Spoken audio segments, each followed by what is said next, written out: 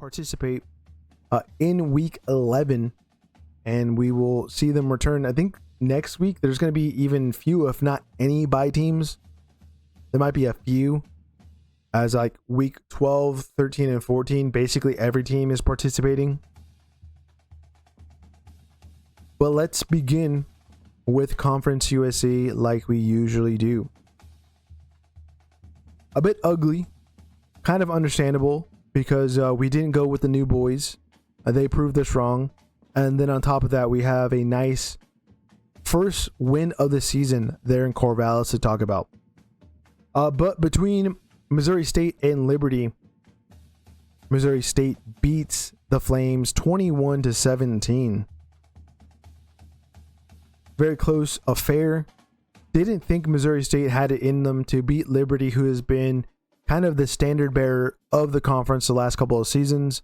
You know, they played it in the Fiesta Bowl against Oregon a couple of years ago. Last year was kind of in it in terms of being it, you know, be able to compete for a conference title. But obviously Jacksonville State won it. But yeah, a little surprising to drop a game against one of the new teams here in the FBS and in the conference, 21-17 there in Lynchburg. We keep moving to the Blue Hens taking on Louisiana Tech, and Delaware gets the job done 25-24. And the new boys once again getting the job done. Was not expecting Louisiana Tech to drop this game. They have been pretty consistent in the conference so far this season. And then on top of that, you know, this is their final year in Conference USA, as they will be moving to the Sunbelt Conference next season. So kind of going out with a conference title, or at least competing for one, was on the table for the Bulldogs. But for the Blue Hens, just like Missouri State, like this is something you don't really like to see. But in sports, we kind of see it a lot where, you know, a new franchise, at least at the professional level, joins the league and is pretty successful. We're kind of seeing it here at the collegiate level, as it's kind of a good move for them to have moved up to the FBS from the FCS. It's kind of going to be interesting to see Missouri State and Delaware when they go into like year 2, year 3. But we'll have to wait and see for that. We got FIU heading over to Middle Tennessee State. They beat the Raiders 56-30. We get that game right. Very happy that I did. Middle Tennessee State was testing teams as of late, but losing. So it was like, okay, is this the final game where they get one on us, but they don't? Golden Panthers do us right and put a good amount of points again on Middle Tennessee. Next game up, we have Jacksonville State heading over to El Paso, Texas to take on UTEP and win 30-27. Another close game for the Gamecocks. We just mentioned that Middle Tennessee was testing teams. One of those teams that they tested was Jacksonville State. Very similar in terms of score difference, 3 points, as they beat the Miners there on the road. But Jacksonville State, the reigning champions in the conference, trying to keep themselves in the conversation to play for a CUSA title, though, well, they get the job done there. Kennesaw State, who is in first place here in Conference USA, beat New Mexico State 24-21. Also a nice road test at the Owls Pass against the Aggies. And it's really looking like it's going to be Jacksonville State versus Kennesaw State. Two newer teams to the conference that will play at the end of the season, depending on how everything goes for, again, that conference title. The final game and the second to last game to kick off here this past weekend was between Sam Houston over in Corvallis against Oregon State, and the Bearcats get their first win of the year, 21-17 over the Beavers, who did not take this game very seriously, it looks like. And what a surprise. Actually, this was like the biggest. It might be not, I mean, when you think about it, Oregon State has only won 2 games this season, but still it felt like an upset because the Bearcats should have no business winning this game. And then on top of that, Oregon State, what are you doing? How can you be this bad to where you lose to a team that hasn't won a game this season? Regardless, I'm kind of fine that we got that one wrong. You just didn't know when Sam Houston State was going to win their first game of the season, but they do it there 21-17 in Corvallis. For the standings, though, in the Conference USA, as I'm going to cue it up on the screen here for us to take a look at real quick before we move on. Here are the standings for CUSA. I gotta scroll up a little bit. There we go.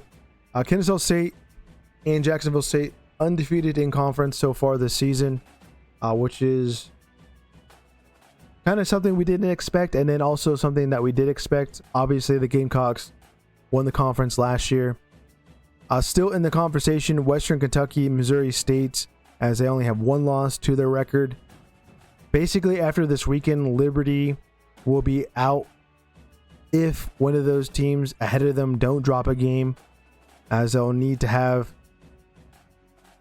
basically everyone else lose a game or two to play for the CUSA title there. But those are the standings at the top for the conference. We are going to keep moving to now the Mid-American, as we talk about every single game. And there we go. Sorry, I got too many screens here for us. We start with Akron blowing out UMass 44-10. The Zips, we don't pick them very much, if any at all, the last two seasons. This is like less than a handful of games where we pick Akron, and they get the job done for us as they beat the Minutemen again 44-10. Not surprised that UMass gets blown out. It has happened before. It'll happen again. And good for the Zips, even though they probably won't qualify for a bowl. We keep moving to the biggest game in the conference this week. Ohio hosting Miami of Ohio 24-20. This game, we risk it for the biscuit in a way, even though the Bobcats were favored by 3. They technically cover. They also get themselves back in the conversation, as I've been saying that quite a bit for the stream, for playing for a Mid-American title. This game might be the rematch that we see in Detroit later this season, depending on how the rest of the year goes for either of the programs. But good for the Bobcats, as I thought they have been the best team in the conference. They showed that this past weekend. They just dropped that game earlier this year. I think it was it Toledo that they lost to? I can't remember who Ohio fell. Maybe it was Ball State, actually, who we're going to talk about next. But they do recover. They will be in somewhat pole position to be playing in Detroit later this year. Ball State versus Kent State is the next game. 17-13, a close affair between the two. Flashes been playing all right for themselves this season, to where they're not getting blown out week by week. Ball State was only favored by 3 points. They technically cover, as it was a 4-point difference. The beginning of the week, it was only -1.5 for Ball State. So it was kind of already getting that feeling like this one was just going to be close. Kind of just surprising. But it is the Mid-American at the end of the day. At the end of the day, between Toledo and NIU, the Rockets beat Northern Illinois 42-3. And this one kind of made a lot of sense. Toledo was favored by 15 points. They more than cover with a 42-3 result there. And they're kind of that third team still trying to get back to compete again for a conference title later this season. A game I did not know if I was going to get right, just like the one between Ohio and Miami of Ohio, or Ball State and Kent State. Bowling Green heads over to Eastern Michigan and lose 27-21. The Eagles playing great football at home. They prove us right. I was like, okay, this season been defending their home turf pretty well. Earlier this year they played UL Lafayette and beat the Raging Cajun in a non-conference game. They've been doing pretty well in conference games earlier this season. I think it was either against Western Michigan or Central Michigan where they dropped one. But against Bowling Green, the most inconsistent team, I would say, in the Mid-American fall. So just made sense of why we went Eastern Michigan there. As we're going to take a look now at the conference standings for the Mid-American. And it starts again with Ohio there at the top, with just one loss in conference. Buffalo still in contention, and also Western Michigan, who have dropped games earlier this season. But I think the way it all cracks down is that Ohio, at the moment, will play Miami of Ohio. Just going to have to play, the next few weeks. Technically, Central Michigan, Toledo, and Ball State could possibly get in. Just have to rely on other teams losing. Maybe they have a head-to-head game where that they can kind of put themselves into those spots, but we'll have to wait to see, as we only have 3 weeks remaining here in the regular season. As we keep moving now into some Sunbelt, Fun Belt stuff. Georgia Southern, well, they have a nice surprising win against Appalachian State, 25-23. It's another game where the Mountaineers drop. They're in Boone. Previous week, they lose to Coastal Carolina. This week, they lose to the Eagles by 2. Very close game. The margins were in favor for Appalachian State by 5, at least the last time I checked. They obviously don't cover. A great win for Georgia Southern. Kind of just a nice pat on the back kind of victory there. For Appalachian State, we'll look at them in terms of their overall record, as I think they will have to make sure that they win out so that they qualify for a bowl. Marshall, they hosted James Madison. This was kind of a must-win for the Thundering Herd that they don't achieve. 35-23 is the end result. The Dukes, favored by 13.5. I believe more than covered there, technically. Actually, no. If I'm doing my math right, that is not right. That's 12 points. 13.5, they don't cover. For the Dukes, a win's a win. They are now the highest ranked after this weekend, at least in the AP poll, G5 school, which means they will be that number 12 spot in the college football playoff if the season ended after this past weekend. But there's still enough football to play to where they can take themselves out of that. Their only loss this season is to Louisville. They have Washington State, I think Coastal Carolina later this year. It's going to be pretty interesting for the Dukes. If they can win out, they could be in pole position to make an appearance in the college football playoff. Southern Miss, they headed over to Arkansas State to play the Red Wolves and win 27-21, as now they are also in pole position to at least play for a Sunbelt title, as they are on top of the western side of it. With this win, kind of just solidifies it. I feel like I don't really know who they have left on their schedule, but they've been beating everybody there in the West. I think maybe Troy will be the only team in their way, and if I'm not mistaken, they might have already played them and beat them. Regardless, Southern Miss looks like they will play James Madison at the end of the year for the Sunbelt Funbelt title. Coastal Carolina, they hosted Georgia State and win 40-27. This was a game where I'm like, is it Georgia State's time for us to get one wrong? Well, it wasn't. Coastal Carolina, favored by 7.5 points. They more than covered there. And yeah, I'm pretty happy with the result here, to be quite honest with you. The Chantlers, the Bok Boks, get the job done, and I cannot I have a nice big smile on my face right now with that result. The final game to talk about that actually had a nice brawl at the end of regulation between Texas State and UL Lafayette. The Raging Cajun win 42-39, and technically Texas State, the last time I checked, were favored by 2.5 points. So this game was going to be one of the closest in the conference. Kind of ended up being somewhat that. And UL Lafayette proves us right. We knew Texas State hasn't won a single conference game this season. They continue that trend with a loss here on the road there in Louisiana.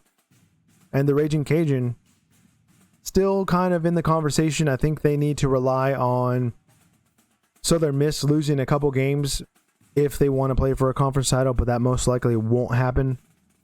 But at least they'll be in bowl eligibility kind of area for them. As let's take a look now at the Sunbelt Funbelt Conference standings. And they look a little bit like this. Let's look at the East Division, as James Madison undefeated. I believe they still have to play Coastal Carolina, so that game will most likely determine who plays there to represent the East. The West, that we were just talking about, Southern Miss undefeated as well in conference play, 7-2. I think it's only a loss to Mississippi State and some other power school that I cannot remember off the top of my head. So it's a pretty decent season for them. I believe they do have to play Troy then, because they're only at 4-1, and I believe Troy only has lost to Arkansas State. So yeah, that game will determine who will most likely play James Madison for the Sunbelt Funbelt Conference title. But we got to keep moving, guys. We got to keep moving, as we are going to talk about the Mountain West, which we did have another bad weekend in the conference in terms of predicting winners. Starting with Air Force beating San Jose State there in North California, 26-16. The Falcons get the job done. Very surprised to see this scoreline, as San Jose State, beginning of the week, 3.5 point favorites, has risen up to the last time I checked, 4.5 point favorites. And Air Force, their defense has been playing pretty awful here in 2025. Only giving up 16 points. Kind of should have been on it a little bit more. We knew that San Jose State lost to Central Michigan earlier this season at home. So it was kind of like in it that this result was actually going to happen. And unfortunately, we get it wrong. It is what it is. The Mountain West lately has not been too kind with us with the results. We move to Utah State hosting Nevada in a nice blowout win for the Aggies over the Wolfpack, 51-14. Yeah, a game that was not very close. Kind of made a lot of sense, as this was the biggest margin in terms of lines being set. Utah State at the beginning of the week were 10-point favorites. It dropped down to 9 the last time I checked. And yeah, 51-14 definitely covers that. Nevada, the clear, out and out worst team in the Mountain West. UNLV, they headed up to Colorado State and beat the Rams 42-10. Yeah, UNLV getting the job done. Still kind of in the mix. They kind of have to rely on, I would say, San Diego State beating Boise, or Boise beating San Diego State. One of the two. I would say Boise beating San Diego State, so that they would have to have that nice rematch against the Broncos, most likely there in Idaho, which is not a good thing. But still, I guess, in a decent position to play for another conference title. The game that I stayed up late for, and I was very happy to see finally won there in Honolulu for like the first time in quite a bit. Like, I don't know the last time we've had to wait for Hawaii to play a home game this late. Because you know I love me some late night football there in Honolulu, okay? Goes all the way back to at least, the week 0 stuff that we love previewing. Always talking about the Rainbow Warriors.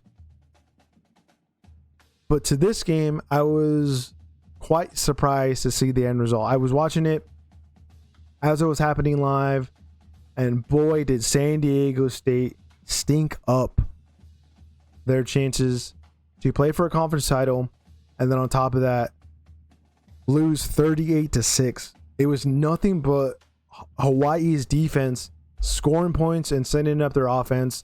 There was a big special teams play when the second half started as well. So Hawaii has now gotten themselves in contention to somehow, some way under Timmy Chang, who you gotta love. I mean, I love me some Timmy Chang, especially back in the day when he was slinging it. Was the all-time leader in passing there at the FBS level until Case Keenum passed him up, because he had like gray shirt years, played way too many years at the collegiate level. Regardless, Timmy Chang, I'm more than happy for him. Mike Alejandro should have put more stock into him, as he's just a baller, but he didn't have the ball out too much. It was his defense that was doing a lot of that, as Hawaii again puts themselves in a good position to play for a conference title, and we're going to talk about that here when I get it up on the screen, as this is what the Mountain West now looks like after all of those games and the results. San Diego State is still in first place because they just suffered their first loss in conference. Boise State still in position to play them technically. The Broncos will play the Aztecs. It's either this upcoming weekend or the weekend after. So that will have a lot to play for who will not only host but play in that conference title game. Hawaii, with that win this past weekend, kind of puts them in the good spot, because they have to now watch Boise play the Aztecs. And it's like, oh, well, we already beat the Aztecs. We don't have to play Boise, but we might have to play them at the end of the season if the Broncos were to win that game. Look at New Mexico. New Mexico sitting there at 3-2, 6-3 overall. They beat UNLV, not this past week, but the week before. UNLV is still kind of in it. Still Fresno State 3-2, Utah State 3-2. There's so many teams that could possibly play for this conference title. It's kind of like a wide open league, I would say, at this moment, especially with the top two teams playing each other. That means a 2-loss team will most likely, or it is likely to be playing for a conference title, which makes it interesting. I don't think it's a good look, because technically you want to have, a 1-loss to like an undefeated team at the end of the year, because that kind of gets you into the college football playoff. For the Mountain West, though, as this is going to kind of be the final lineup for all these teams, because Boise, Fresno State, Utah State, and Colorado State will all be moving to the Pac-12 next season. San Diego State as well. Sorry, I forgot about them. But yeah, it cracks down to be at least a good finish for this edition of the Mountain West, which is going to be kind of interesting, because next year you have UTEP, who's 2-7 at the moment, joining the conference, and then Northern Illinois, who's also not having the best of years here in 2025. I think also 2-7. But we got to keep moving, guys. Now into the American. And that starts with a nice weeknight game between USF and UTSA. The Bulls win 55-23. Nice blowout win. They have been doing that in conference mostly, and even out of conference mostly. But yeah, Bulls having their way, didn't dig themselves in any kind of hole. They basically were in front the whole time, and now kind of control their destiny again once the next game happened, which was on Friday night. Tulane beating Memphis 38-32. Very interesting results, because now USF basically will play North Texas for the conference title. I don't think Navy will win another game this season. Most likely not. Maybe they'll be lucky to win one of the last three for the midshipmen. But Tulane now puts themselves kind of in that 1-loss scenario in conference. to possibly play for the conference title with a big win over Memphis. They're on the road, which is pretty impressive to be quite honest with you. 38-32 is the end result there. Temple headed over to West Point to play Army, and the Black Knights win 14-13. Another close result for both of these schools. There have been a lot of tight games between the two in their previous matchups. Army, though, holds on. They're at home. They haven't been playing too well there when they had to defend their home turf, but as of late, they've been pretty decent. We keep moving to one of the hardest games to predict this upcoming weekend. That was UAB heading down to H-Town to play Rice.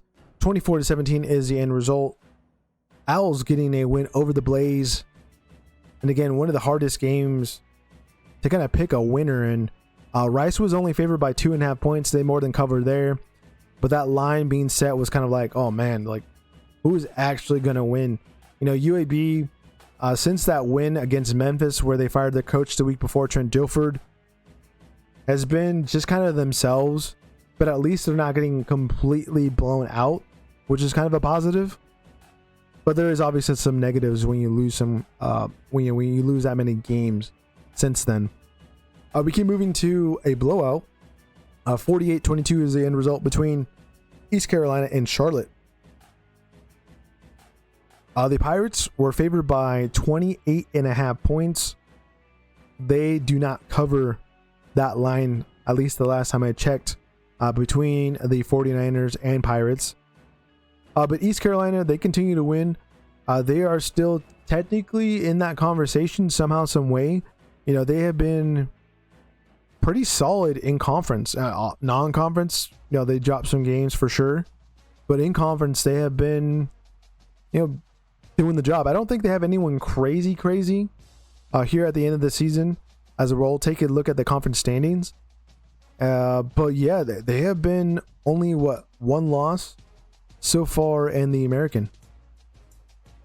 Tulsa, they headed down to Boca Raton to play Florida Atlantic and lose 40-21.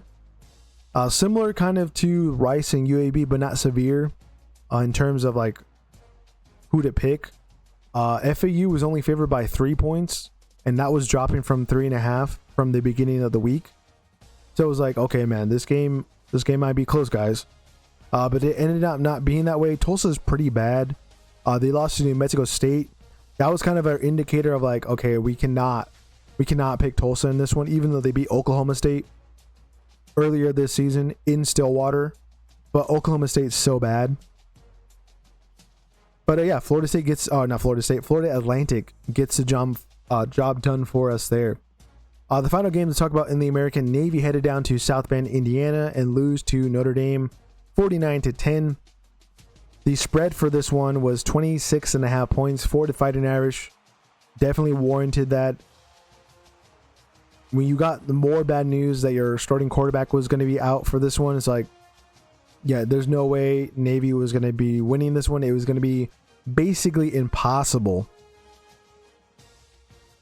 But we keep talking about the standings for the American here, as we got that there on the screen for you. Gonna kind of like ignore that Navy is in first place. The reason why, they had to play South Florida, Memphis, and Army to wrap out the season. The game against Army is technically not a conference game, but I would still consider it a loss because of what Army did to them. Oh no, technically Navy won that game last year. But the revenge that Army is going to want against the midshipmen. So yeah, there's a little bit, you know, that rivalry beef because, you know, that game's always marked on their calendar. And then USF, Memphis, you know, they have a lot more to play for than Navy, who most likely doesn't win those contests. So that means, you know, South Florida, North Texas, I think are going to be the favorites. Tulane technically has a pretty easy schedule to finish off the year. I think it's like Rice, Temple, and then someone else. It might be even like East Carolina, which would help determine who gets into that conference championship game. And then North Texas, same kind of boat that Tulane is in is they don't have like a rough stretch of games to play, very winnable ones. East Carolina is kind of the one they're like 6-3, the worst overall record, but still 4-1. You know, where do they drop a game? If they do, you know, the American, very competitive league, I would say, overall, as like you're gonna have most of the conference qualify to be bowl eligible this season, which is good, which is very, very good. But we got to keep moving through the rest of the games, and that makes us get to the Atlantic Coast Conference.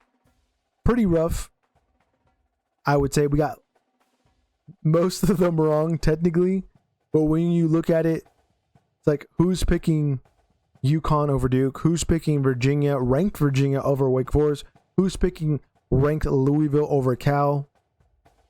So let's talk about that and why it makes a little bit more sense of why we got it wrong. SMU, they headed up to Chestnut Hill and played BC and win 45-13. The Ponies were favored by 10.5 points. They more than covered there. Boston College, one of the worst teams in the power conference level. I know they had a close game against Michigan State, but that's kind of like the only game where I'm like, you can kind of give them credit for. Now they've lost to UConn, who has more conference wins or more wins over ACC teams than Florida State does. But yeah, that was kind of like a easy layup for SMU there. Next up, we have Miami hosting Syracuse. They beat the Orange 38-10. We talked about this in our rank section. I was very disappointed to see Miami not win by more. They should have. They were favored by 28.5 points. They technically covered, depending on, I guess, if you got in when the number was smaller than that. But yeah, they should have scored 40 to 50 points against Syracuse if you want to consider the Hurricanes a legit team, which they're not. We keep moving to Duke, losing to UConn. They're on the road 37-34. UConn literally are so close to being undefeated. I don't think a lot of people realize this. They lost to Delaware in overtime. They lost to Syracuse, who were at full strength in overtime. And then earlier this year, they made a trip down to Houston to play Rice. They also lost in overtime against the Owls there. So this team was so close, but like no one really acknowledges that they could have been a playoff team, which is kind of funny. If they were able to turn all three of those results in overtime, I would say, like, you know how teams like, oh, they had a close loss, but like when you lose in overtime, it's so much closer than I think people think, because like anyone can really win it. But it's good that they beat Duke, who were favored by 8.5 points. And yeah, they defeat the spread there. They are more than bowl eligible. I think it was the last win that they have, but 7-3 at the moment. Man, like Mora is doing an excellent job over there in Connecticut for UConn. The Huskies will be playing in the bowl. Don't know which one. They have more than enough games to also improve on that record. They can finish possibly 9-3, which is one game away from double digits. Technically, if they get into that bowl game and finish 10-3, when's the last time you've seen UConn win double digits for a year? It's been quite a long time. So pat yourselves on the back, Huskies, as you're doing a hell of a job here in 2025. Did not expect that whatsoever. North Carolina, they hosted Stanford and win 20-15. Billy B getting another win in conference, as they should, against Stanford, who are pretty bad. They finally made the smart decision of playing Elijah Brown, which they should have did weeks ago, but it is Stanford football. They're pretty pathetic in terms of making good decisions over there in Palo Alto.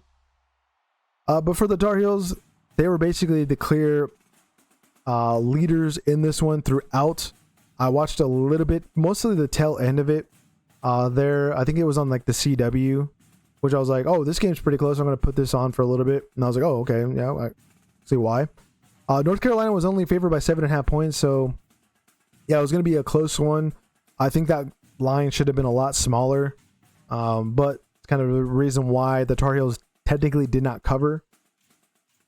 But yeah, North Carolina improving somewhat. I think year 2 for Bill Belichick, if he's still there in Chapel Hill, will be a hell of a lot better. He'll learn his lessons.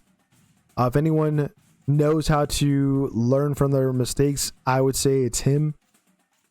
And yeah, we'll have to wait and see. Game that we got wrong.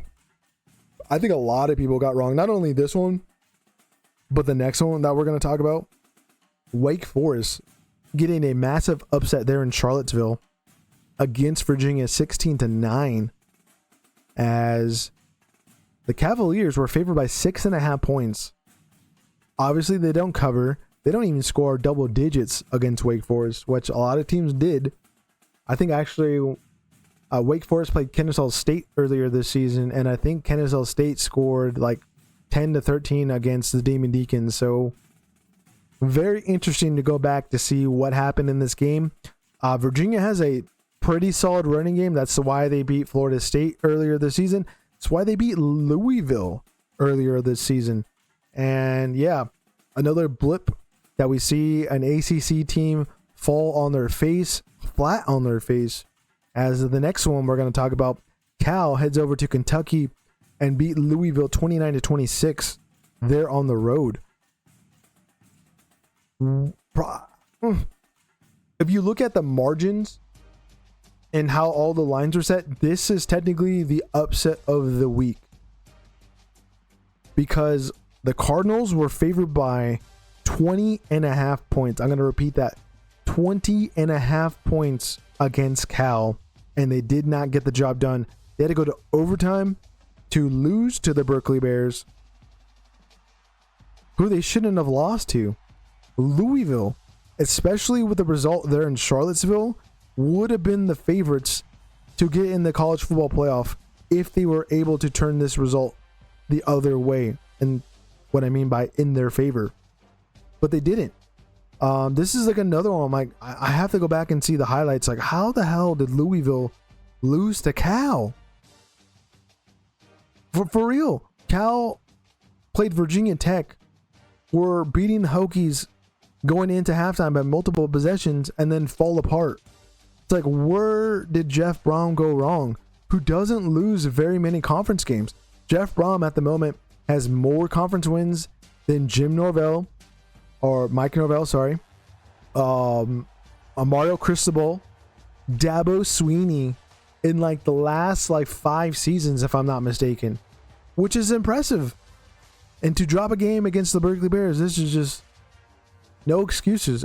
They were in prime position, not only to obviously play for ACC title, but on top of that, be that sneak team in. Let's say they don't lose this game, they go to the ACC title, 1 loss, and they lose to whoever that is. They could have snuck themselves still into the playoff. Now they have to win the rest of the games, run the table, including the ACC championship game, to possibly play in the college football playoff now, which is like, wow. ACC, another weekend where they basically pooped the bed. Not pooping the bed at home. Once again, Clemson finally gets a victory there in South Carolina against Florida State, 24-10. This one we went against the grain because of the trend that Clemson has been having of losing games at home. They lost to Syracuse at home. They lost to SMU at home. And then they lost to someone else that I cannot remember. I think it was Pitt. Was it Pitt or someone else? Also in conference. They're at home. So it's just been not a good year there at Memorial Stadium for the Tigers. So I thought that was going to be basically the case that we had on our hands when the Seminoles came to town. But the Seminoles do what the Seminoles do best, and that's just lose in the ACC, which they are now 2 wins in the last 2 seasons, which is absolutely pathetic. I don't know how Norvell is still there in charge for Florida State, but it is what it is. The coaching carousel that we will see this offseason will be none like we have ever seen before. It's going to be an absolute crazy spin that we'll see there again for who fills what jobs that are open at the moment, which is quite a few, and then also high profile positions.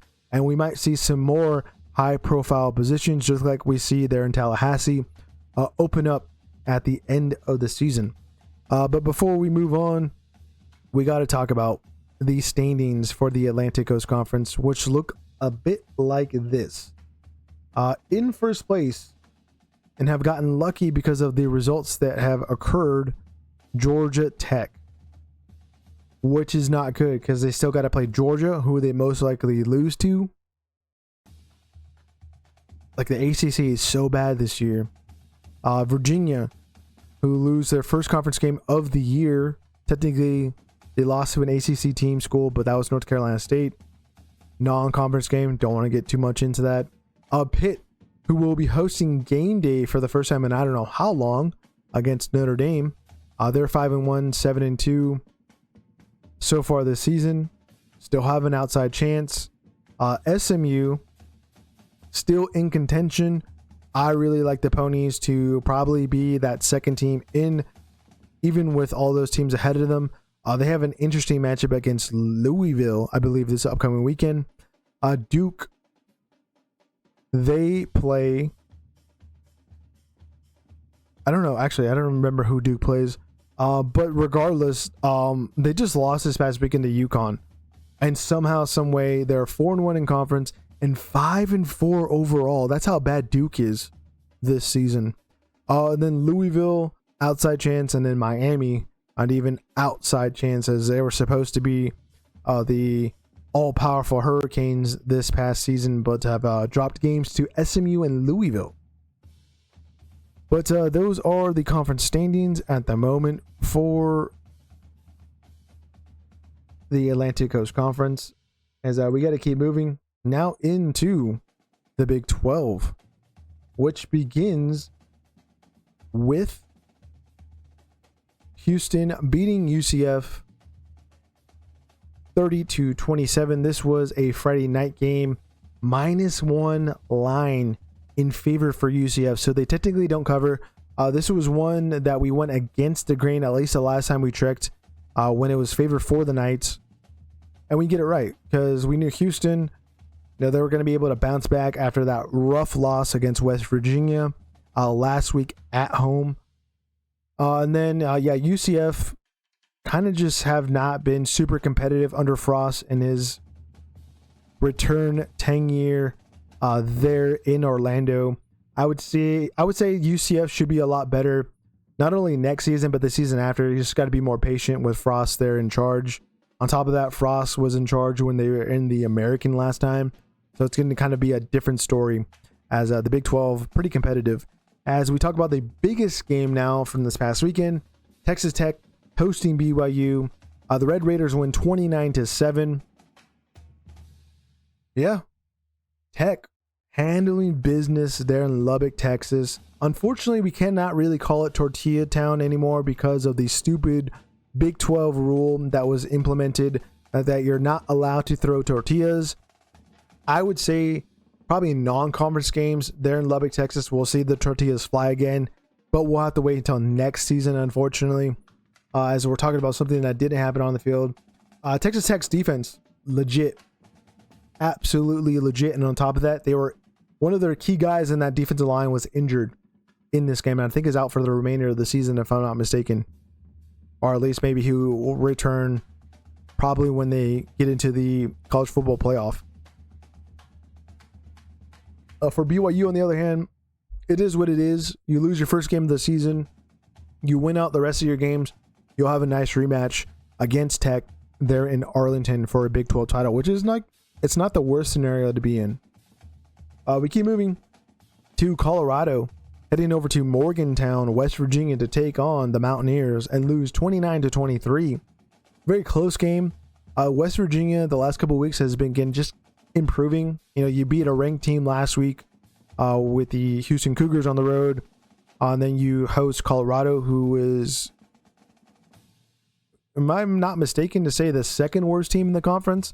Obviously, Oklahoma State, the very bottom of the barrel. But above that bottom of the barrel is probably the Primetime Post, who started Juju Lewis for the first time.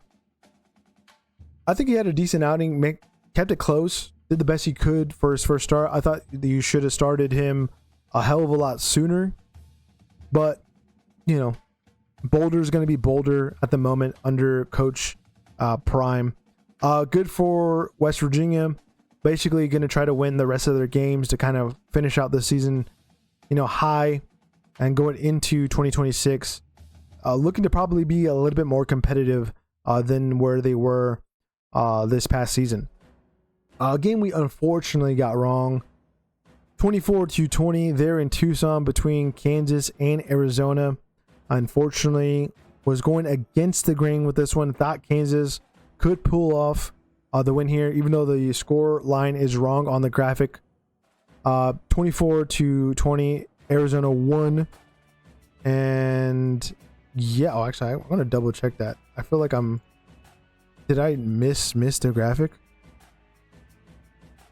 No, okay, yeah, I missed the graphic, but in the other way. Regardless, yeah, Arizona, they're playing solid. Honestly, they have been super competitive in a lot of their games. I'm forgetting who they played last week in one. I think it was no, they blew out Colorado last week. That's right. And they kind of been winning games that they should. Earlier this season, they obviously got blown out by Iowa State and Ames. But that was against an Iowa State team that was healthy. Iowa State's kind of not healthy at the moment, but they kind of got the job done in the next game that we're going to talk about. But they were able to shut down Kansas like they did to Kansas State earlier this season. So I guess we learned our lesson on not picking Arizona when they come up against a Kansas school. The next one up, we got Iowa State heading over to Fort Worth, Texas, and they beat TCU 20-17. Yeah, just what the hell happened, TCU? You know, you're rolling. Iowa State has been injured. They have so many players out. Linebackers, secondary guys, running backs. I think there have been issues on the offensive line. And somehow you can't even score more than 20 points. It is what it is. It is what it is on that. But at least Iowa State gets a bounce back. Have a decent amount of positives this season, I think, for the Cyclones. Just a rough year for Matt Campbell and company, as I was kind of like a team that should have finished well above where they are at the moment. Another take from the D-Gen Take Show. Noah, the Money Train Choo Choo, was talking about Iowa State. Like, if they didn't have these injuries, and I totally agree with this, they would be a top 15 team. They would be kind of in that same area that Texas Tech and BYU is in. But again, they've just been dealt with that injury card so many times now to where, like, it's hard for us to even pick where they'll win and lose games. And, well, we got one wrong for them here this past weekend. How the Big 12 looks, though, in terms of standings, this is what it cracks down to be. With Texas Tech beating BYU, they are now in first place. They're in the Big 12, which is warranted. They finally get that one over the hump. This was going to be a big game no matter what. We talked about it in our off-season previews videos going into 2025, and it continued to be that because we knew BYU was legit, even with the quarterback situation that it was. Like, you got to remember Jake Retzlaff leaving. Everyone was like, oh man, BYU's going to fall off. Like, no, they're not. Like, they have a defense. They have a running game. They have an offensive line, which didn't unfortunately carry them in that game against Texas Tech in Lubbock. Behind them, Cincinnati, 5-1.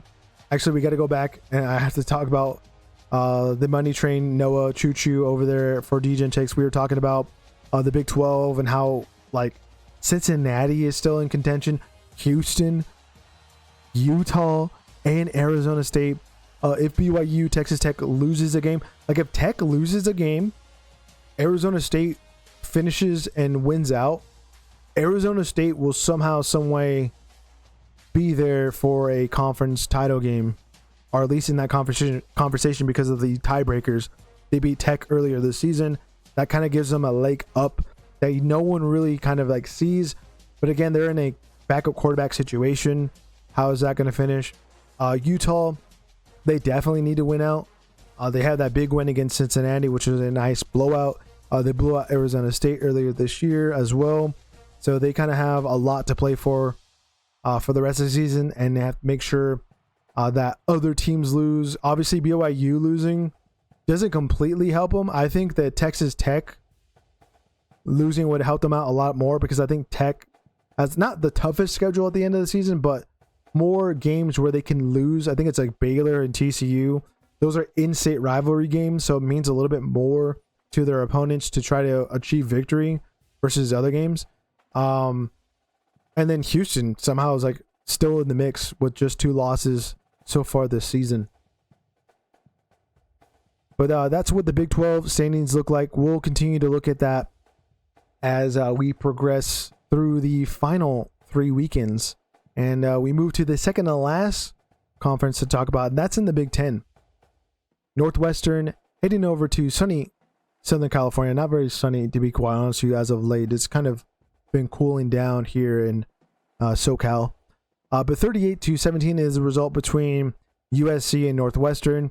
I'm going to echo this again. I think it's very disrespectful for USC to be playing a weeknight game on a Friday. I know the regular season for high school has just ended, but playoffs are just started. And I'm like, what are you doing? Like, you're not going to get your fan base to show up to your games, because if you're watching USC football, you most likely are also tuning in to your local high school games, because that's what like football fans in Southern California kind of do. So it's like, you shouldn't be expecting too many people to show up to that game. I would have to go see what the actual like stadium looked like in terms of attendance, because it probably wasn't very many.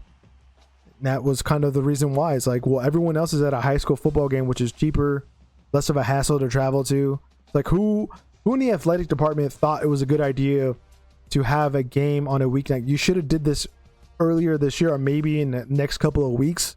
But just a bonehead decision, to be quite honest with you. But how many more bonehead decisions are USC going to be making anyways?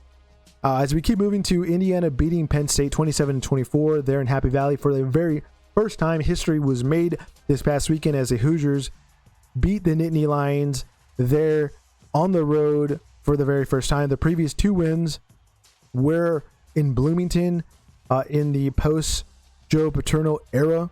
Recently, I think it was like 2020, where Indiana beat Penn State, and then previously, I think it was the year after or the year after that, where Joe Paterno left the program to when Indiana beat Penn State for the very first time.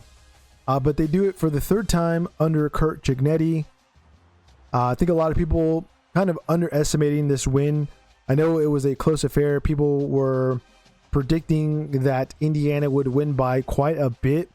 The Hoosiers were favored by 14.5 points. They obviously don't cover there. But again, Penn State would have to be improving week after week since they got rid of James Franklin.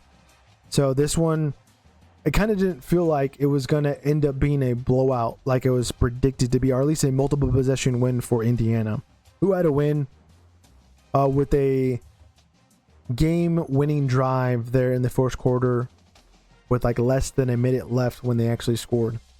Not the final game, the other game to talk about, Ohio State heading over to Lafayette to play Purdue. They win 34-10. Ohio State was favored by 28.5 points. Don't cover there. Actually, no. That was the beginning of the week line. It moved up to 29 points the last time I checked. So they definitely don't cover there. Still, this game was pretty close at halftime, but this was kind of a similar case that the Buckeyes had in Columbus against the Nittany Lions last week, where it was like 17-14. I was like, oh, Ohio State's on the ropes. Nope, not really. They put the game away there in the second half, like they usually do here in 2025. And we keep moving to a game where we went against the grain. Rutgers hosting Maryland. They beat the Terps 35-20. Maryland was only favored by 1 point, so it's not much of against the grain. It was a very like higher grade of grain, if you know what I'm talking about, if you know how to sand stuff. But yeah, I was kind of surprised on the scoreline. I thought this would have been a one possession win for the Scarlet Knights, but it ended up being 15 points, which I guess is a positive. Like, neither of these teams have much to play for, as they're kind of just like underfunded programs there in the Big Ten that'll never win anything in the conference. But, you know, a nice pat in the back for when you win against a team that you should be beating, I guess. One of the biggest matchups, or actually the biggest matchup in the conference, Oregon heading over to Iowa City to play the Hawkeyes. They win 18-16 with a game-winning field goal. Yeah, tough Big Ten fight there for the Ducks there against Iowa. You got to give Iowa a lot of credit.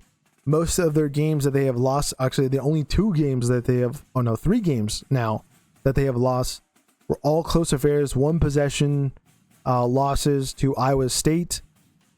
Indiana, they're at home as well, and then they lose by 2 to the Ducks, who were favored by 6 points. They don't cover technically. It was a very moist game as it was trickling down throughout this one.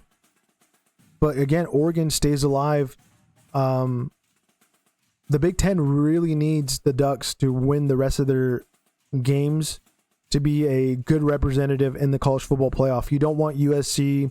You don't want any of those other teams outside of Oregon, Indiana, Ohio State to be your representatives. Those are the only legitimate teams that can truly compete with the other programs in the SEC, Big 12, mostly with the ACC. And yeah, that's kind of where I have that. Washington headed over to Madison, Wisconsin, and lose to the Badgers 13-10.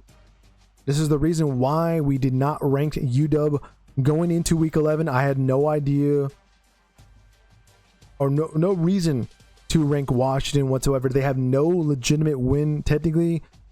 They did beat Illinois, but you know, that was kind of a game where it's like, is this going to make Illinois legit, or is this going to be like a game where Washington, you know, gets a nice win at home?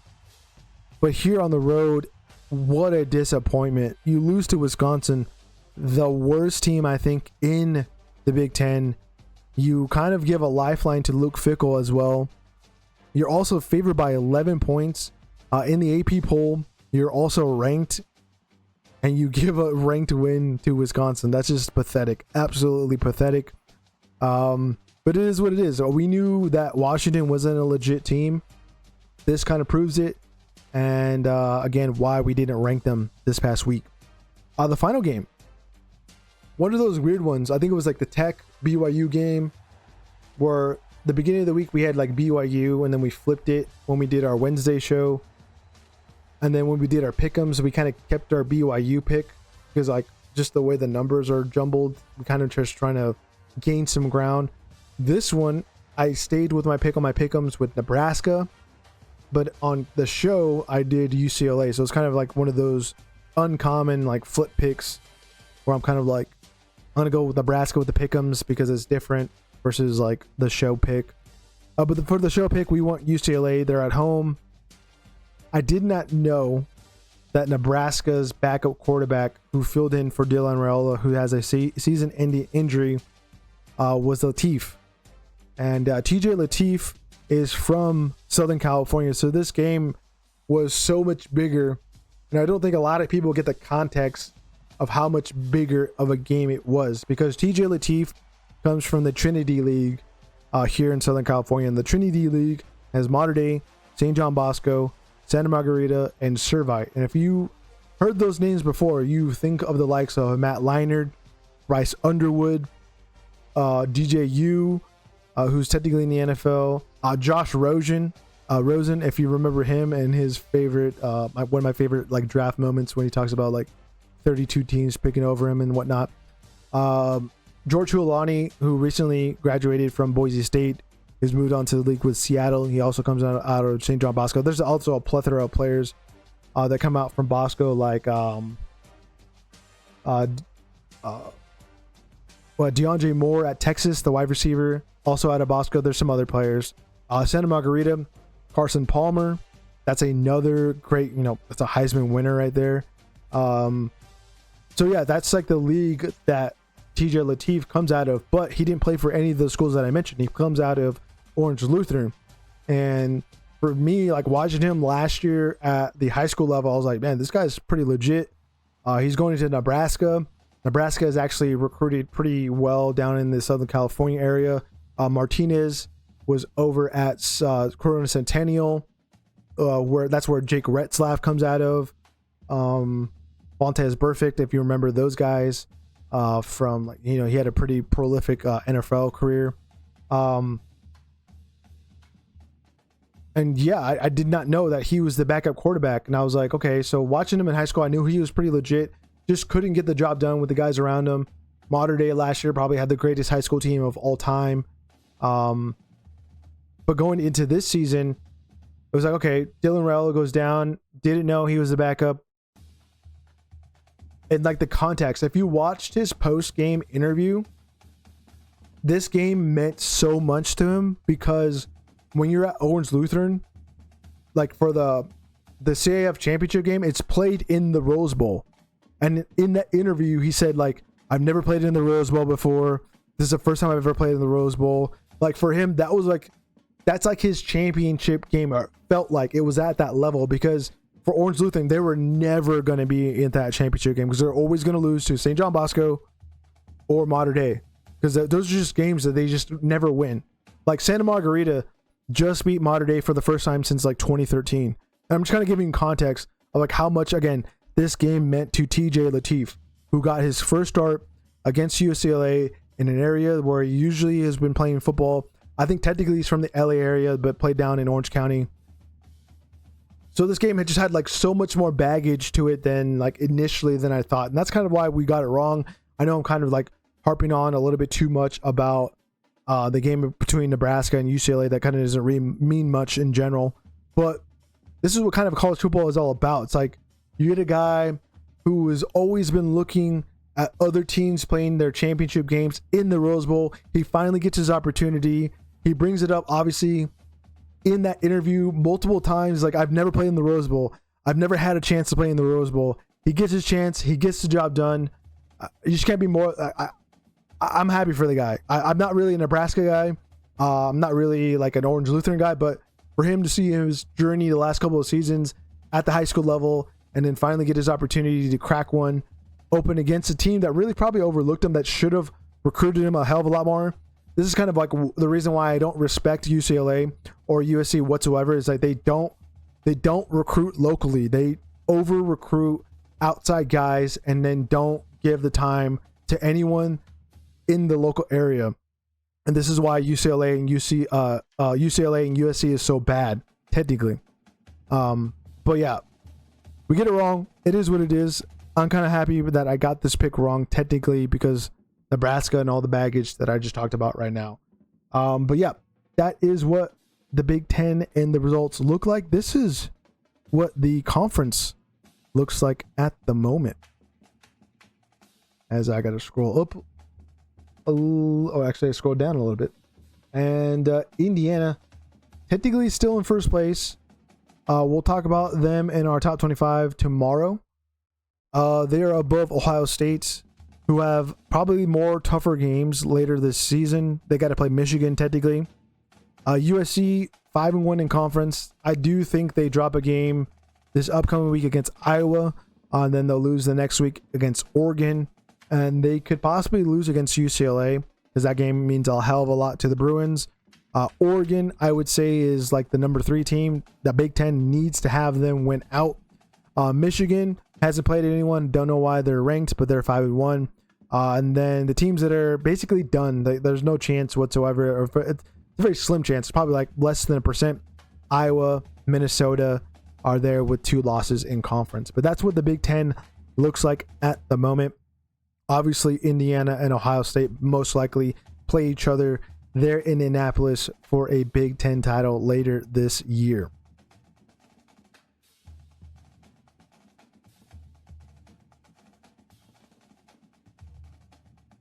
Which now takes us to the Southeastern Conference. Jeez, been going at it for a while here on the stream. But yeah, we go to the Southeastern Conference. We got Georgia beating Mississippi State 41-21. A game that looked like was going to be a little close. Georgia only favored by 7.5 points to begin the week. Moved up to 9. They get the job done there in Starkville. Nothing more to say there as Gunner Stockton doing Gunner Stockton things. A blowout, 49-0. The only FCS team that we have brought up so far in all these games, Ole Miss beats the Citadel 49-0. Ole Miss was favored by 54.5 points, so they technically don't cover. I thought they would have, but it looks like Lane Kiffin took the foot off the pedal there at the end to make that line hold. Maybe there was something there. Who knows? We keep moving to the top 25 matchup between Texas A&M and Missouri. A&M wins 38-17. They were only favored by 7 points. Should have been probably more, especially with the injury news that Missouri has had. And that's kind of why they lost. True freshman quarterback, going to make a lot of mistakes. Texas A&M's defense. I think they scored some points, if I'm not mistaken, in this one. And then on top of that, they set up some excellent field position for their offense. So that's why the result was 38-17. Game in overtime between Vanderbilt and Auburn. 45-38 is the end result between the Tigers and Commodores. Vandy getting the job done, still in contention to be one of those outside teams, not playing for a conference title, but in the conversation for a appearance in the college football playoff still. The game in Tuscaloosa, 20-9. LSU loses to Alabama. Pretty good fashion, I would say, especially after the first weekend since Brian Kelly's not in charge, but Brian Kelly was even in charge in the first place? Probably not. Regardless, Bama gets the job done. They keep rolling, and everyone there in Tuscaloosa can say roll tide. The final game to talk about in the Southeastern Conference is Kentucky blowing out Florida. And I might have had the score wrong on that. Yeah, it should have been 38-7. They got the numbers wrong. 38-7 between them and the Gators. It's fine if I got the graphic wrong. It's only the two that we had wrong the last 4 or 5 weekends anyways. But yeah, Kentucky surprisingly beats Florida. I was not expecting this. Thought Kentucky would have dropped this one. Florida bench their quarterback DJ Langway. I think there's going to be some repercussions in the transfer portal when that opens up. Not a good move. I would have just kept him in. I'm like, yo, just keep rolling because we want to keep you here next season. Florida is in a big hole going into 2026. They will most likely be the worst, if not the second worst, or one of the worst SEC teams in 2026. Which is it's not like a crazy shout or like a crazy prediction. This game kind of was just like, all right, the nail in the coffin. Florida is going to be really bad for the next 2 to 3 years. What was the bald man with the white shirt even talking about? Remember when the bald man in the white shirt ranked Florida in his top 25? What an idiot. Anyways, we keep looking at the standings. Texas A&M undefeated, the only undefeated team overall in the Southeastern Conference. Alabama undefeated in conference, only one loss. We forget about that loss there in Tallahassee because it didn't happen. Georgia, one loss as they've only fallen to Alabama earlier this season. They had that game against Texas here in Week 12. Ole Miss also one loss to Georgia. That's why they're behind the Bulldogs. And then Texas, who have a lot to play for. They have Georgia this upcoming weekend. I'm forgetting who they play the week after that. And then they have Texas A&M. So they have a pretty big mountain to climb. But if they do climb that mountain, boy, it's going to be crazy to see the standings there after the final regular season games are played. We have Vandy. They're behind them. Still in a decent position. They just need to make sure that they win out. And then Oklahoma kind of played themselves into a decent spot. They have Alabama this upcoming week, so they want to get into that conversation. Not to play for a conference title, but to be in the college football playoff. It's a must-win scenario there in Tuscaloosa. And then we see Tennessee and Missouri basically out not only for the conference title, but most likely for the college football playoff, as those are the teams to talk about. As you guys, we did it. We got through every single game, as these are again the bye teams